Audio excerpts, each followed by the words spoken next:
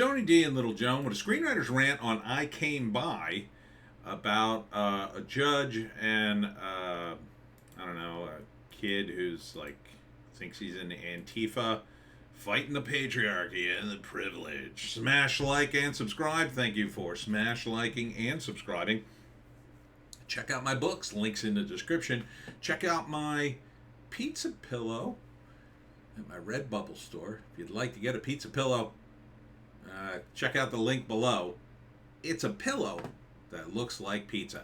Anyhow, I Came By. I'll read you the synopsis here. Privilege hides the darkest of secrets. After uncovering a sinister secret, a prestigious judge, a young graffiti artist, and his loved ones are dragged into a deadly game of cat and mouse. So he breaks into the guy's house because like he feels like he's got to do something to fight the system or whatever.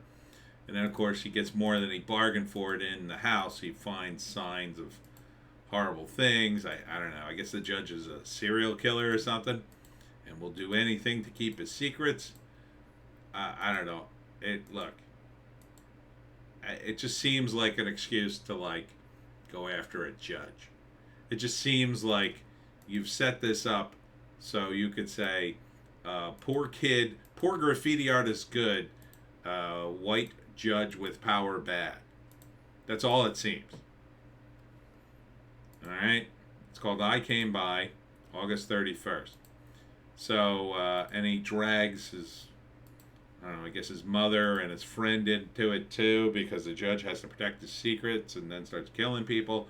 I don't know, I guess this is him doing some horrible things in the photos, and he's like, oh man, I broke into the judge's secret. I broke into the judge's house. I saw the secrets, man. Oh man. Only he does it in an English accent.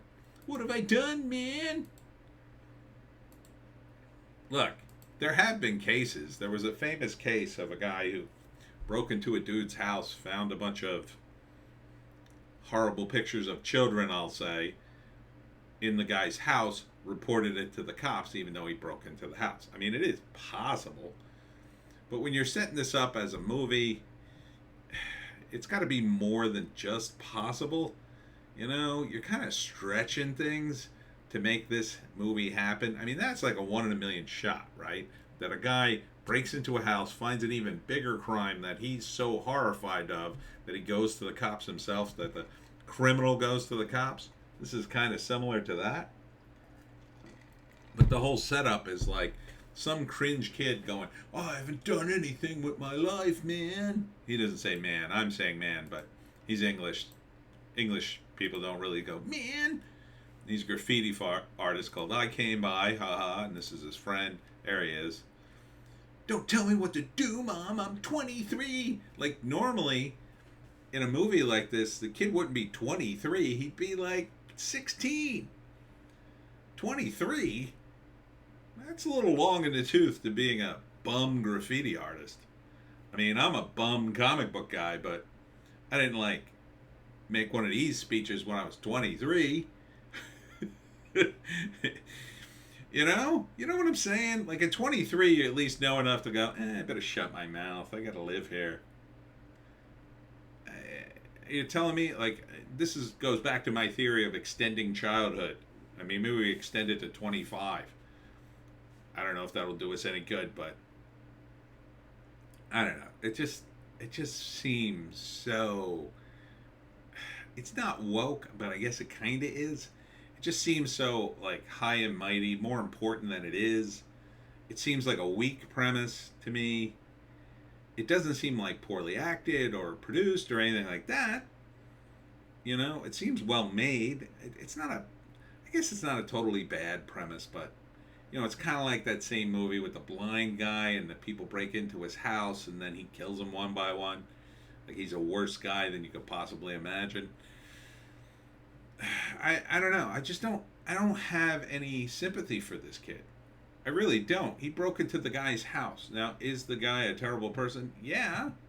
Yeah, but he's not great. Right? I'm not connecting with this kid who's a graffiti artist and breaks into people's houses because he thinks he needs to fight the power or something. I just can't relate to that. I just think that's stupid. It's a stupid plan. Like if he, I don't know, if you set it up differently, maybe I could get behind it. Like, I don't know, the judge ruled against him or his mom, and he's got to save their house, and he breaks into the house to find something on the judge, and then discovers that. Then I could get behind it, because then the kid's doing it for more noble purposes. Even if you keep this angle of like, fight the power, man, you could understand that, like, this is another level. He's really doing it for his mother, as opposed to this, where it's like the whole premise of the thing rests on this dumb kid who broke into a guy's house for reasons that are just stupid. That even his friend says, this is stupid, don't do it. So, unless, like, what would be interesting would be more like the blind guy movie. Like, he breaks into the judge's houses, and then the judge is so sick of being harassed by these people, he finally says, you know what? I'm going to turn the tables here. I'm going to harass you, buddy. I'm going to get you. And he's not a serial killer, but he stalks the kid and goes after him, ruins his life. I mean, who do these people think they are breaking into houses? I don't know. So first act, he's like a graffiti artist. I came by. And he's so cool and hip, and he wants to do something with his life. And his mother tells him he's a bum, because he kind of is. And then he tells his friend he's going to break into a judge's house. And his friend is even sane enough to go, don't do that. That's stupid. And he does it anyway, and he finds a bunch of terrible secrets. Now he's going back and forth with the judge. That's the first act. He finds some terrible secret that, I don't know, he gets interrupted. He doesn't have the proof. He left it behind, but the judge knows he was there. So the judge is looking for him. And the second act, it's a cat and mouse game between him and the judge. The judge goes after him because he knows he has to stop him or kill him.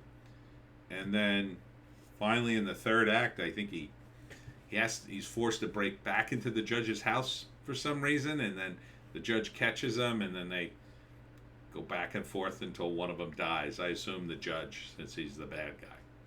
The judge dies. Kid kills him. The ending? I mean, a ballsy way to end it, a more ballsy way to end it, would be that the kid goes to jail for the murder of the judge.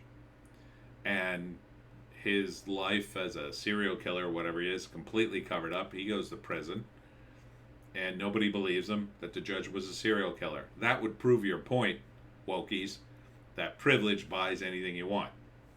I don't think it's going to end that way. I think it ends with him getting away with it. He kills the judge and then sneaks out of the house, the end. Something like that. I don't know. I don't want to see this. It's on Netflix for free.